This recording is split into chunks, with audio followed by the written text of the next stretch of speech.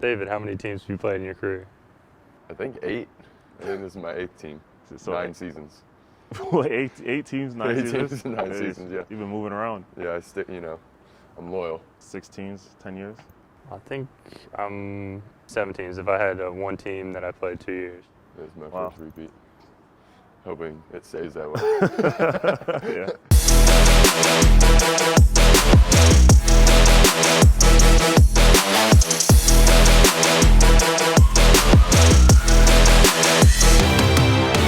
I don't know which country was kind of like the most out there for you, or if you've been to anywhere else, but was there any specific country where your agent told you were going there and you kind of had to be like, wait, like, where am I going, or what's going on, or? I think the one that was the most obscure for me was when I played in Belarus. Yeah. But, it was in the Russian league. Yeah. I didn't know exactly where Belarus was.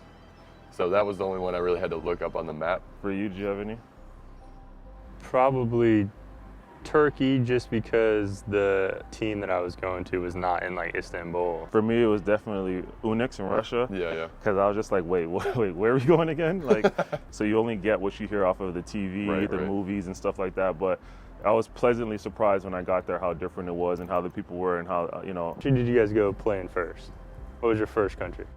My first one was Rome, was Italy. Italy, and yours? Finland. Yeah. Because from my experience, mine was France. And I remember I was actually, when I got to the grocery store, I got nervous. Really? Because I didn't know the language. There was a bunch of things in the grocery store that at the time I had no idea about, right? Like the coins going in. Like, Yeah. did you guys ever feel like Coins going in. to the carts? The cards. The carts, sorry, yeah. I didn't know I was supposed to. I didn't know I was supposed to put my own groceries in my own bag. Like to me that at the beginning, now I feel comfortable I can do that. But at the beginning, did you guys ever have those like maybe going places you had those anxieties of What about you?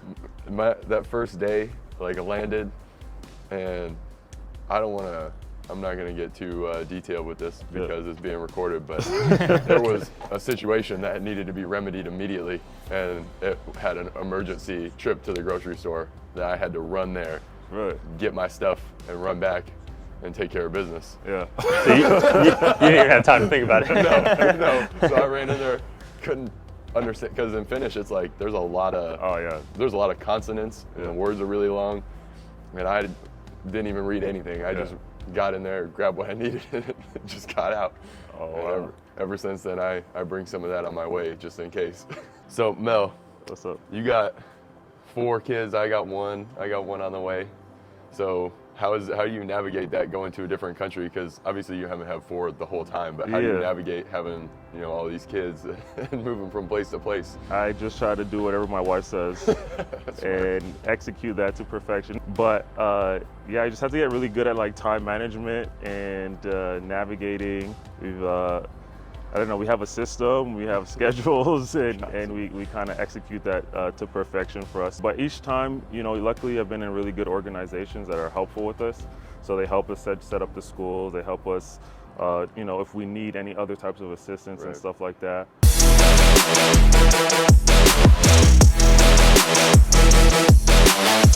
You guys have played in Russia. Obviously, we know things going on there with the war in Ukraine, and you hear about Israel and stuff going on there. What do you think about? Have you ever felt, a difficulty of playing in a place and maybe not feeling safe, or differences in that? And how have you navigated?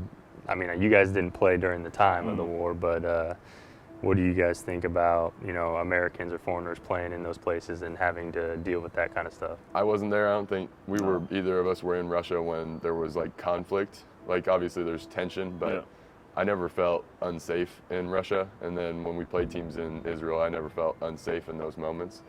But they're understanding how they do things a little differently is, because I joke around about everything.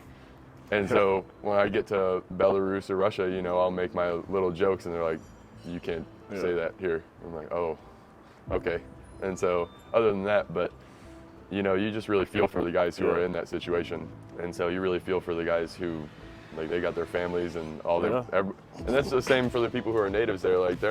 Nobody's trying to get, in a conflict. Everybody's just trying to live their lives, and stuff happens, and you know, you just try to, it's a worrying thing, you know. Yeah. You don't want to be in that situation, but at the same time, I don't know, it's tough. Yeah, it's really tough. Like like you said, I wasn't there, but I had a lot of teammates who were still playing in those teams, especially in Russia when the war started, and some guys now in Israel. And it's just really difficult because I think it puts players in a very difficult position where you're trying to navigate, one, your safety, two, whatever relationship you have with these clubs and what type of situation it needs to be if you're playing or you're not playing or what's going on, and then your family's back home.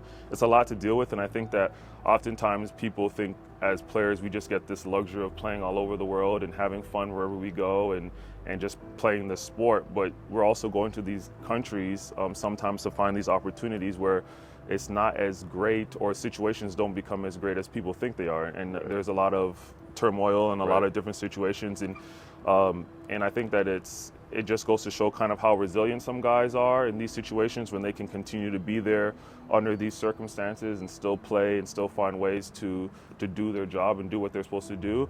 But it's also really scary when you're in a situation like that and you can't leave, or you need to contact the embassy to make sure that if something does go down that you and your family are going to be okay. So it's just really tough, and I think it goes to show kind of some of the different aspects that players have to go through and navigate during this thing we call professional basketball. Right.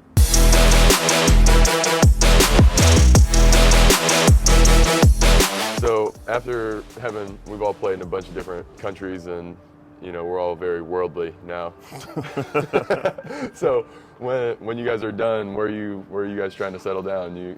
That's a question. That's a great question for you.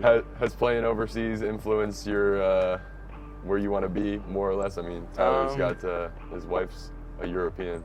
Yeah, I think he's a European. He is actually legally. Yeah, I think being overseas has definitely shown me so many different cultures, different places, and how great those things can be. But I think ultimately, being back in the United States, being kind of a little bit closer to my family and some of the people there, I think is ultimately kind of how I feel towards it. What about you, Mo? Yeah, I don't know. I feel like like I said, I'm from Canada. I don't think that I'll ever live in Canada. I think we've spent a number of years in the United States, and I think that will always be somewhat of a launching pad or somewhere that we always go back and forth from. But I've been playing with the idea of possibly living anywhere. I think we have the luxury of being able to live anywhere in the world. Right. And at some period of time, I'd like to at least leave the United States for 5 or 6 years and then go back or do something and see. Just because I think there's so much the world has to offer, and but I just don't know if I could. I don't know if that's what we want to do long term, especially with the family. Yeah. For me, it's the same. It's hard to imagine staying. Like, it's hard to be away from your family and your home for 10 months of the year, and then you go back for a month or a month and a half or whatever it ends up being, and you kind of see everybody and you kind of feel, especially when it's got to be even crazier when you got kids, because then they're seeing all their family all the time and they're getting attached to people, and then you're like, all right, time to go. Yeah. In an ideal world, I'd love to be like, spend the summers in Toronto, visit Georgia for a little bit, come live over here for a few months, and just like be moving around. But I know my kids and my wife, I think, are tired of moving around and doing that so much stuff. I want to be somewhere settled for a while, but it would be nice to kind of have the opportunity to live in a bunch of different places. I think I'm just used to it, and I don't want to let go of the fact that we get to travel so much. But I don't know. It's interesting. I don't have any roots set anywhere. So yeah.